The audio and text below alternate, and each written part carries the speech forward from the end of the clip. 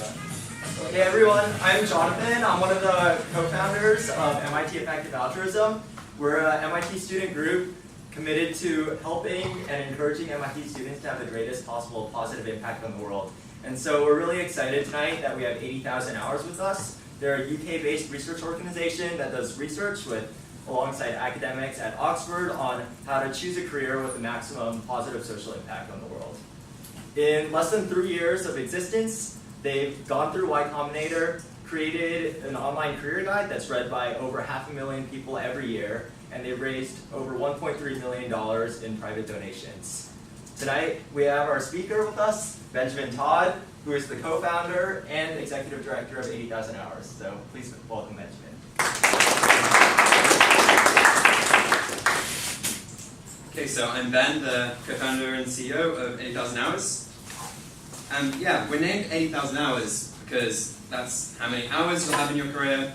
Each dot on this screen represents one of those hours. I think that shows that it's really worth spending some time thinking about your career decisions. If you think you could just make your career go 1% better, then it would be worth spending 800 hours figuring out how to do that. And I think you can do a lot more than a 1% improvement by putting some time into it. But when it comes to doing good with your career, the focus is often on public service careers, Teach for America, corporate social responsibility, things like that. And none of these really make sense for someone who's really good at math. And by that I just mean someone who is capable of studying computer science, physics, math at MIT or a similar school. And that's because those options like public service don't even really fully use your most important talent. But in fact, people who are really good at math can have a really, really big impact. And since we got started in 2011, we've advised some of America's most talented mathematicians on what to do with their careers. And I'm just going to share with you some of the key things we've learned.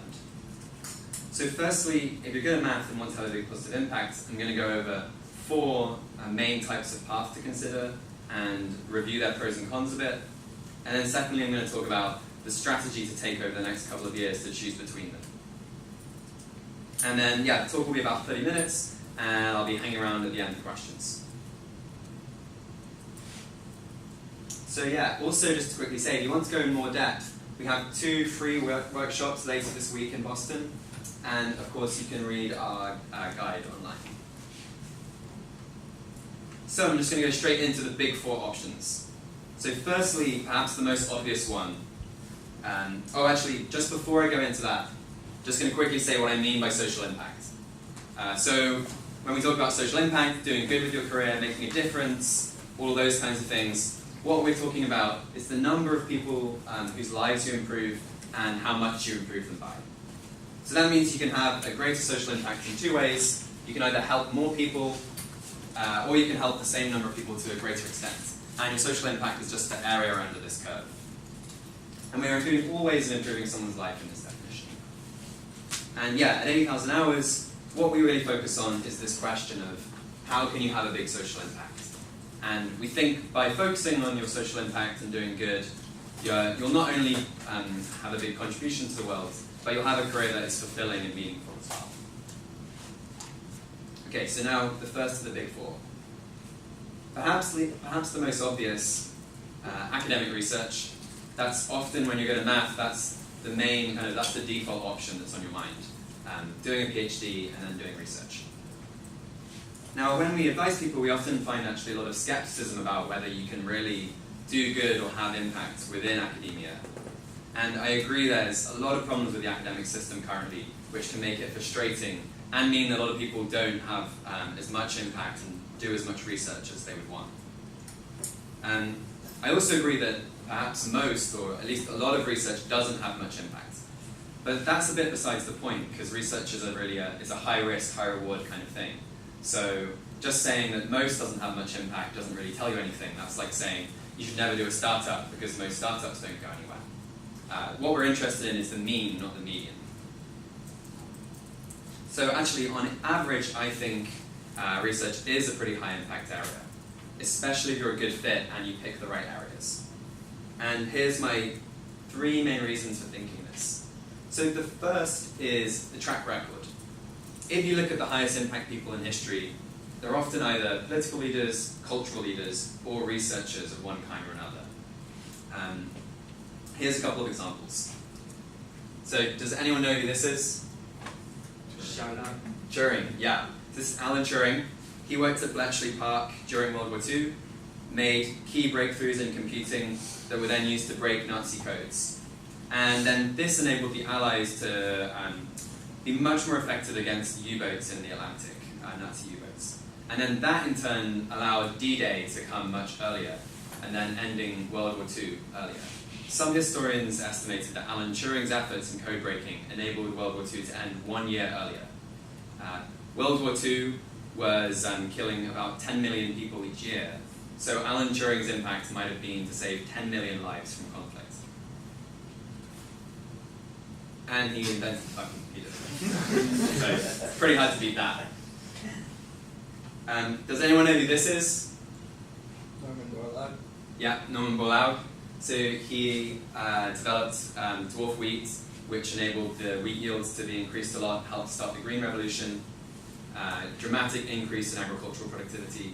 Some have estimated that he might have saved 1 billion lives, and also helped to reduce the chance of conflict between India and Pakistan. And he was actually awarded the Nobel Peace Prize. And then, anyone know who this is? This is Marie Curie, the first person to ever win 2 Nobel Prizes. Discovered radioactivity, which helped to transform our understanding of the atom, and then helped to apply that to developing cancer treatments. So, zooming out, these are some particular individual discoveries that had a lot of impact.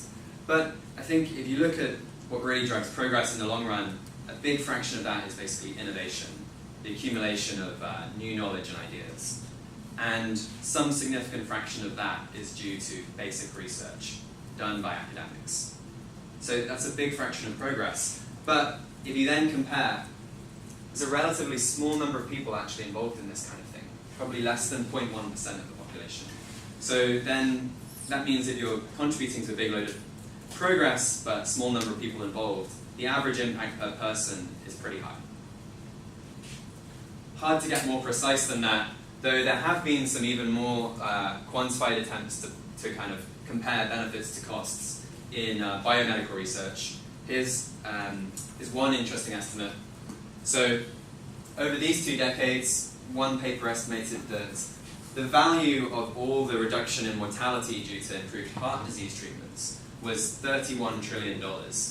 And so the way they calculated that was basically, you ask people how much you're willing to pay to live longer. So then you work out basically how much economic value are they ascribing to their life. And then you multiply that by how much the reduction in mortality was over that period. And that gets you this really huge figure. This, on the other hand, compares to $500 billion spent on all medical research over that period. Not just heart disease research, everything. And then you can see that the benefits there are way higher than the costs. And then finally, the third reason, you'd expect research to be really high impact from basic economic theory. So research is a market failure, and that's because it's really hard to capture the value of the research for yourself. So Alan Turing never made any money from the computer, despite it being an absolutely huge industry now. And this is because the returns to basic research take a really long time to arrive, and they're very hard to protect with a patent or anything like that.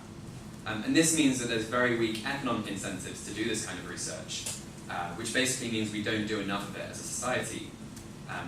But then if you do care about social impact, it means there's an outsized opportunity here to do these kinds of activities that wouldn't be done just for kind of selfish reasons due to the ability to make money from them. So that's the 3 reasons. The track record compared to the small number of people, and it's what you'd expect, it's market failure. So that's research on average. I think it's also true, though, that if you choose the right areas within research, then you can have much more impact. So firstly, when you're studying, what should you focus on? And I think the key rule of thumb here is basically, if you're in doubt, lean towards something more quantitative. I'm sure you've all kind of got the general idea of it's much easier to go from something more quantitative to less than the other way around. So if you're in doubt, then lean towards more quantitative. That's studying. What about when you're actually doing the research? And I think my key message here is probably don't then just continue into math, pure math especially, or theoretical physics research. Okay, so why is that? So a couple of reasons. Firstly, both of those are really established fields. They've been studied for thousands of years. And that means that, think of this all the research effort going into it, the curve of output of discoveries is probably something like this. And in these established fields, we're more at this part of the curve for diminishing returns. The easiest discoveries have already been made. My slides are not updated. So the second thing is, I think there's just, there's more urgent issues. If you can imagine, you get to decide what research gets done in what order. I think it's more important to sort out things like making sure we don't end progress due to climate change, and then we can kind of come back to theoretical physics later. So I studied some theoretical physics at Oxford, and there's still, of course, many unresolved issues in the field, but they don't really concern anything that's going to affect human life in the next 100 years, say. They're all about things like what happens in black holes, what happened just after the Big Bang. Physicists agree on the day-to-day scales. All the predictions of the theories are the same on those scales. The predictions only become different in the really unusual regimes. And this means, I think, it's just more important to, we can come back to these kinds of things more when we're wealthier, the world is safer, all those kinds of other issues. Secondly, these areas are already attracting some of the world's smartest people, so it's harder to make a big contribution yourself. And here's a bunch of estimates. Someone used the GRE scores of different grad students to then work out the IQs of different subjects at graduate level. I'm pleased to say I studied physics and philosophy, the two top-ranked subjects. Then we got maths, and then the other subjects kind of less depending on roughly how quantitative they are, though I guess humanities is a bit of an exception there. This suggests to me that if you're studying one of these things now and you switch down, then you'll be higher relatively ranked compared to the rest of the subject, which could then mean you have a greater impact within it. And then the final thing is a small thing, but I think a lot of breakthroughs in academia in the past and research have come from combining a couple of fields and looking at the intersection of them. So like Daniel Kahneman, intersection of psychology and economics, good example. So that also suggests it can be actually switching fields is an interesting rule of thumb for having greater, discovering better ideas, being more innovative. So that's why to switch out of maths and theoretical physics research. What to go into? That's a good question. I don't have firm answers here, but generally you want to be looking for a field where the basic issues are more up in the air, but where there's a real need for analytical, quantitative thinking. And some of the kind of common ones people consider: economics, loads of practical relevance, but still like a lot of problems in the field to work on, really pressing ones, computer science, some types of biomedical research like informatics. Just kind of as an aside, an economics PhD might be the best graduate program. A few reasons for this. One is that almost everyone who does an economics PhD can get a position in economics research if they want, which is not at all true for, say, science PhDs, where there's way more PhD positions than there are academic positions. So everyone gets forced out. That's not true in economics. Secondly, from economics, you can go into lots of other social sciences, so it gives you a lot of flexibility over what research areas you work on. And then thirdly, there's a lot of demand for economics in policy and business. So if you decide academia isn't for you, which happens to a lot of people, you've got good backup options. We've actually even worked with mathematicians who transferred into even psychology or even philosophy and then gone on to do really interesting work. So don't even just necessarily restrict yourself to those things. And here's an example. So Jess, we worked with in 2012, she got a first in maths and philosophy at Oxford. Was thinking of doing philosophy of mind, but thought she wouldn't have much impact like that. So instead, she took a year to explore, and during that time, talked to loads of people. And all these conversations led to her being offered a psychology PhD at a business school. And she actually works with her supervisor, someone who advises the UK government on evidence-based policy. So she thought that could be quite a high-impact area to learn about. And she actually works on developing better models for decision-making and policy, which actually ends up being quite quantitative, but also could have important practical applications. Okay, second area, a bit more surprising. Quantitative finance as a path to doing good with your career. Why am I recommending that? Well, the idea is not because quant finance is one of the most pressing problems in the world, it's because of the money that you could donate to charity. So here's some of our estimates of income in quant trading. Quant trading is the highest part of quant finance, the highest earning part of quant finance. The way that earnings work is you basically start at the starting salary, and then you rise rapidly and hit a plateau, and then you kind of level off there. So the way this is working is this is how many years it takes till you plateau, and then this is the level that you plateau at. And then this is our estimate of what fraction of people end up on each of these paths. So this one is kind of 30% are just leveling out pretty early on, whereas this 5% are raising up to $10 million annually at like the 10-year mark. That's basically when you become a partner. These estimates are all very sketchy because it's a very secretive world, so we've just tried to piece them together from talking to people at these firms. If you average over all these paths and work out the overall mean, it's about $1 million per year. So you could use that as the something rough estimate of the expected earnings. Imagine that you were earning this $1 million per year mean, then you decided to live on twice as much as you would have as an academic. So a generous estimate of the mean earnings of an academic is $150,000. It's probably less. So you can live on twice as much, but then you'd still have $700,000 left to donate, which would be enough to pay for about 3 academic positions, including the overheads. So it seems like you could get 3 times as much research, pay for 3 times as many researchers as if you just became a researcher yourself. Also, you'd be able to pay for funding, you'd be able to fund the areas of research that you think are most pressing. You'd be able to target those donations. Whereas if you become an academic yourself, you're kind of more constrained in which field it's hard to make a big shift.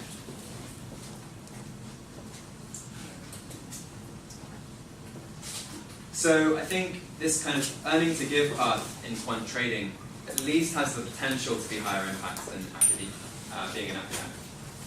It's not a clear-cut thing because, as we're going to see later, a very productive academic might have 10 times the impact of the median academic. So actually paying for 3 positions wouldn't outweigh. So it still comes down to how good you're going to be in the different fields. But it at least shows there's potential for this path to be greater impact. Of course, you wouldn't have to fund research with the donations.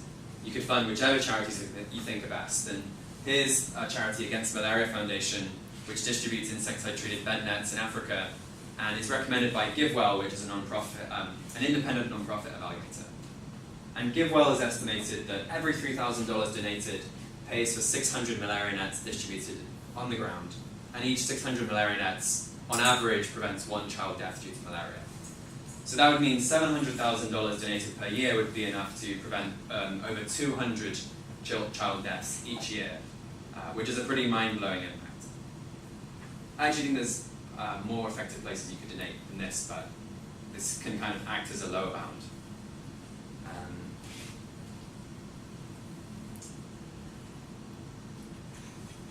Okay, so the normal response at this point is, but wouldn't I cause harm in quant trading? That's an unethical area to go into. Why are you not factoring that in? And that's a good point. So, but one response to that is, if you think there's a part of quant trading that is harmful, then just don't do that part. Go to some other part. And then you're having 0 impact compared to a large impact from the donations. And then I think the second point is that the most persuasive arguments against quant trading are more that it's 0 sum. So basically what a lot of quant trading is like is basically lots of really smart people just moving money around other rich people and then not creating any value, just redistributing stuff. And that that seems like plausible. A lot of it is kind of like that. And that would mean, yes, you shouldn't go into quant trading normally, but if you were going to donate a lot of the income, then it would be positive overall. So your work directly would be zero, but then you have a big positive impact from the donation, so net is positive. Whereas if you don't donate, then it's just zero, so that would be a waste of talent. Okay, so here's an example. Sam was at MIT a couple of years ago, did physics, and he was really unsure what to do, considering a wide range of options, even including journalism and things. We recommended he consider quant trading, and then he was introduced to an internship through our community, and now he's been doing it for a couple of years, and feels like he's learned a lot of useful skills, but more interestingly has donated a 6-figure sum last year, and is on track to donate a lot more this year.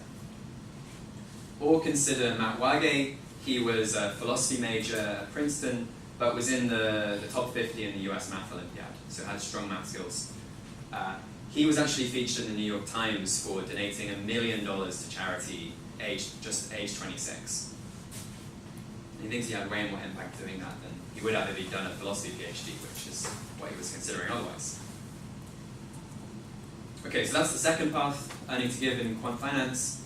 The third one is the technology industry. And this is actually a spectrum of roles. So on one side you've got large company engineer, and then you've got on the other side startup founder.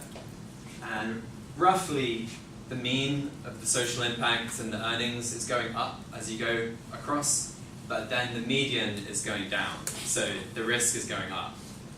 And then kind of more quality of life wise, level of independence is going up, which is good fit for some people and less so for others. The amount of formal training you get is going down. So there's kind of a whole variety of options there.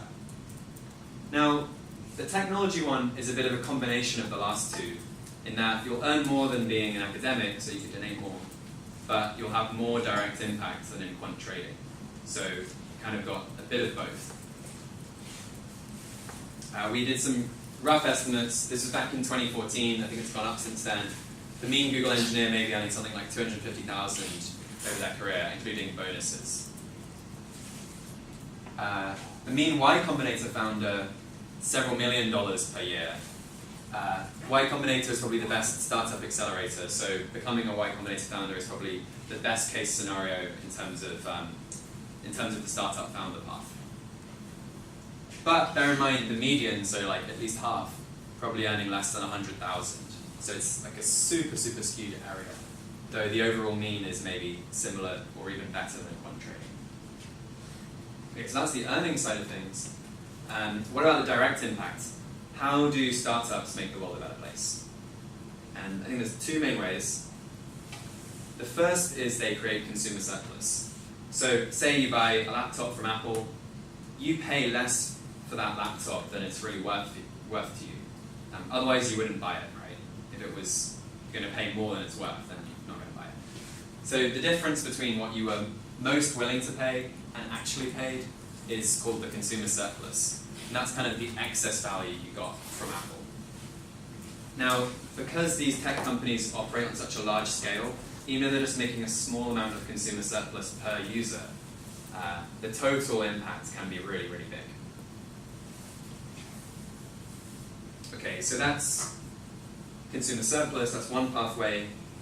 The other pathway to impact is positive externalities. So tech companies discover new technology, which they initially make money from, but in the long run gets used and adopted by everyone and copied. So like the mobile phone, all the patents have run off and now we all just have them, and the people who invented mobile phones aren't making loads of money off them anymore compared to the value that's created. Or like another example, inventing the internet, or not actually inventing it, but doing all the innovations required to scale it up and make it a big thing. Super rough guess. If I was forced to guess how big the consumer surplus and externalities were on average, I'd say maybe it's like a couple of dollars per $1 of earnings. So if you're that Google software engineer earning $250,000, then maybe the value of the surplus and externalities is $500,000 per year. Super rough, but just to kind of get a ballpark. That's a pretty substantial impact, but actually I think the value that you can create through donating is greater than that. So imagine you donated 25%, that's $60,000 a year. That's more than you would live on as an academic. You still have more than you would live on as an academic. And then I think if you target those donations at really effective charities like Against Malaria Foundation, the social return per dollar would be at least 25 times. So that would mean that the total social value created was $1.5 million per year, which is about three times larger than this. Again, all these figures are like super rough and speculative, but I think it at least shows it's plausible that the value of donations would be greater than the kind of direct impact of the work itself. And that basically stems from the fact that with the donations you can be really, really targeted. You can pick out of all the kinds of things in the world that can be funded and choose the most pressing things. Whereas if you're just working on some startup idea, it's like much less targeted than that. You have a question? Sorry, no. Okay. This, however, is just a picture on average in the technology industry. If you were to focus on the most pressing and most high social potential ideas and companies, then I think you could do significantly better. So I'm going to show, I think there's kind of two routes to having greater impact in the tech sector. And basically this boils down to doing the most innovative thing possible. The more innovation, the more consumer surplus, and the more positive externalities. But two kind of main parts. One is more like at the frontier of technology, pushing it forward. So an example of this, Tesla. When we think of Tesla, we think of cool cars for really rich people. What you should actually be thinking is batteries. So they're bringing down the cost of batteries, which is going to make it a lot easier to transfer to a low carbon economy. Initially, Tesla makes money from this, but eventually the patents are going to wear off, other people are going to copy their innovations, and everyone will have cheaper batteries. And that's the social impact of Tesla. Second thing, though, is a bit different. That's focusing on products that help the world's poorest people. And the reason why that's important is because basically the relationship between how happy or how much well-being, flourishing you have, and income is some kind of curve like this, some kind of log curve. And so this means if you create wealth for if you create consumer surplus for really rich people, then you're moving people along this bit of the curve where it's kind of flat. Whereas if you develop a product that is used by really poor people, then you're moving them up this much steeper part of the curve, and thereby having a much greater social impact. So like to put some figures on this, the average American earns $50,000 a year, whereas say poor people in Kenya earn around $1,000 a year. So there's a factor of 50 difference in income between those people. Unfortunately, most people in the tech sector don't make products for poor people. They instead make products for other rich people like themselves. And that makes a lot of sense because you can earn a lot more profit from making a product for rich people than poor people. But this means that there's just much less attention and innovation going on at this end of the market. Way fewer people thinking about how to create good products here. And so that means if you're socially motivated and you want to help the world in general, you have an opportunity to move from here to here and thereby come up with startup ideas that generate much more consumer surplus and much more positive externalities than a normal startup would. Okay, and so, yeah, here's an example of this. Here's the two parts, firstly, and then here's an example. So Ben Kuhn graduated from Harvard a few years ago, near the top of his year in math, and he spent 2 years working at a fintech startup, scaling up, being a software engineer, and then just recently he went to work for Sendwave. So Sendwave is a for-profit tech startup that went through Y Combinator. Initially they actually went in with a dating app, but fortunately they pivoted out of that. And now what they do is, if you're, say, a migrant worker from Africa and you're living in the States and you want to send money back to your family at home, currently use Western Union, which charge you about 10%. But SendWave lets you instead send the money via their mobile platform for just a couple of %. And global payments from migrants back to their families are somewhere in the hundreds of billions of dollars. Actually, probably significantly larger than all aid funding, several times as large as all aid, international aid. And so SendWave has the potential to save all of those people several % per year, which amounts to many billions of dollars of savings for the world's poorest people. So, yeah, they're growing really, really fast. And they're just a for-profit tech startup, but they have the potential to have a really, really big impact.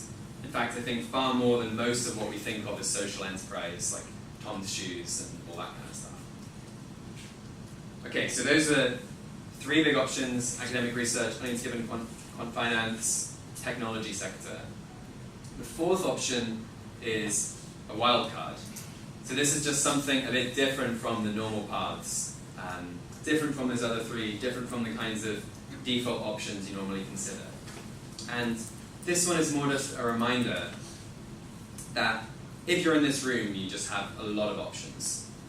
And I think success looks something like intelligence times grit times social skills. And if you're doing well at maths at MIT, then you probably got at least 2 of those. I'll let you guess which.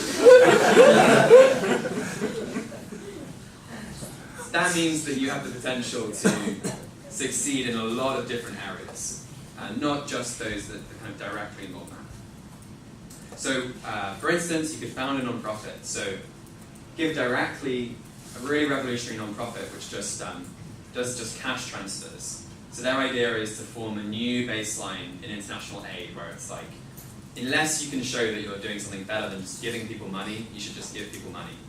And this was started by PhD students in economics at Harvard and MIT a couple of years back. Or another example, this is Owen, who we worked with a few years ago. He was a math lecturer at Oxford, was doing research into pure maths, geometry and things like that. He didn't think that was a very urgent research program. So instead, he, over several years, transitioned into global priorities research, which is coming up with frameworks to prioritize between different global problems. It's kind of a mixture of ethics and economics. And then he became one of the founding staff members of the Global Priorities Project, which is a think tank based in Oxford that's already advised the highest levels of the UK government on priority setting. Just a few months ago, the UK government, they've been advocating for a change in aid spending, and the UK government actually reallocated $2 billion in line with their recommendation. £2 billion actually, which is $3 billion. Unless we exit the Eurozone, in which case, hardly any dollars. So we don't know if the Global Priorities Project caused that, but if there's a small chance that they helped to affect that outcome, then that would have been a really big impact. Okay, so a quick recap. The big 4 options: academic research, high on direct impact, low on earnings; quant trading, low on direct impact, high on earnings; technology sector, kind of medium and medium; and then the wild card, something different. So, okay, how do you choose between these things? And my answer there is basically focus on the one that you're going to be best at. And that is because in these fields, as we've already seen, the most successful people achieve way more than the median. So this is the distribution of citations in a couple of major journals. This red line is Nature. That's the number of citations, number of papers. And as you can see, most of the papers are clustering around 0, but then there's a small number of papers that have hundreds of citations. And this is basically a power law. It's close to being a power law style shape, which is how the distribution of outcomes looks in a lot of these fields. If you zoom out even more, then actually the top 0.1% of papers have over 1,000 citations, whereas the median paper has 1 citation. That's a factor of 1,000 difference between them. I'm not saying citations is a perfect measure of impact, but at least does suggest there is some kind of really large skew in how much attention different research gets. Maybe the real skew is like a bit narrower than this, but it's such a large difference. And this is the same in the other fields, so the top 1 or 2% of YC startup founders have earned over $1 billion of equity value, whereas the median, as we saw, probably less than 100,000. So that's actually a factor of 10,000 difference between the median and the top 1 or 2%. So really, really, really huge skew. And again, quant trading, very big difference in earnings between people. So this means like your personal fit could easily be a factor of 10 or 100 difference between these different parts. So then that's probably the decisive factor in choosing between them. But how do you work out which one you're going to be best at? And my kind of key message here is actually try it out. So this is the best research we've managed to find on what predicts performance in different jobs. It's a major meta-analysis of selection techniques used by employers. And that's just the correlation between the selection technique and performance. Performance measured in a bunch of different ways. So I think the key thing to take from this is that even the best techniques aren't very good. They're only 0.5 correlated, which means there's going to be a lot of mistakes made in selecting people. And then the second thing is that the techniques that are best often are close to actually just doing the work. So the very highest ranked one is a work sample test, which is just doing some of the work and seeing how well it goes. Which is kind of what you might expect, just thinking about it ahead of time. So I think then the ideal strategy for choosing between the big four is to just try all of them over the next couple of years, insofar as possible. And yeah, how do you actually just try those options? So here's a couple of ways. Over the next couple of years, you've got a lot of opportunities to experiment if you take them. So one is your minor courses. You can use this to explore new research fields. Then the best thing you've got is your university holidays. You can do internships, you can do research projects, you can try out a side project. Another big opportunity is this couple of years between undergrad and grad studies. A few reasons for this. One is that if you do a PhD and you want to continue into academia, you have to kind of get going directly. You can't take time out very easily and then go back into academia later. So if you want to explore, try and do it before PhD rather than after PhD.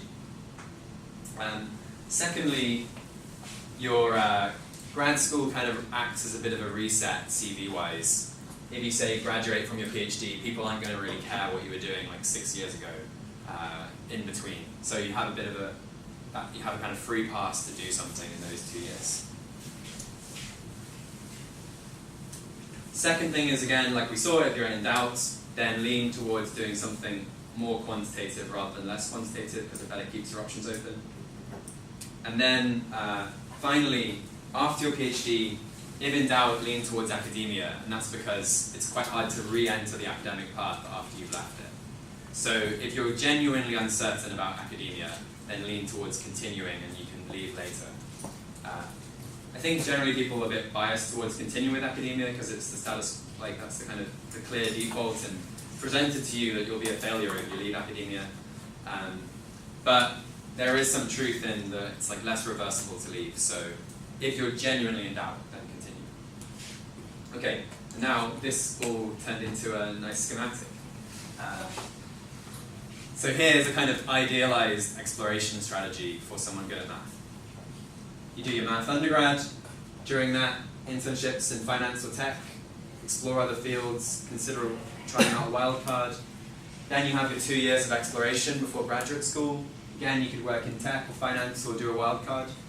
And then at that point, if you're confident you don't want to go continue in academia, then you leave and just do whatever the best non-academic option is that's on the table at that point, whichever one you think you'll be best at.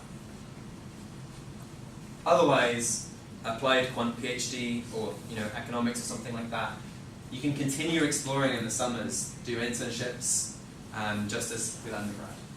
And then again, at that point, another reevaluation. If you're confident you want to leave academia, then you can go and do whatever the best non-academic option is at that point. Otherwise, if in doubt, then you can continue with academia, and then you can leave whenever you think it's no longer the best option.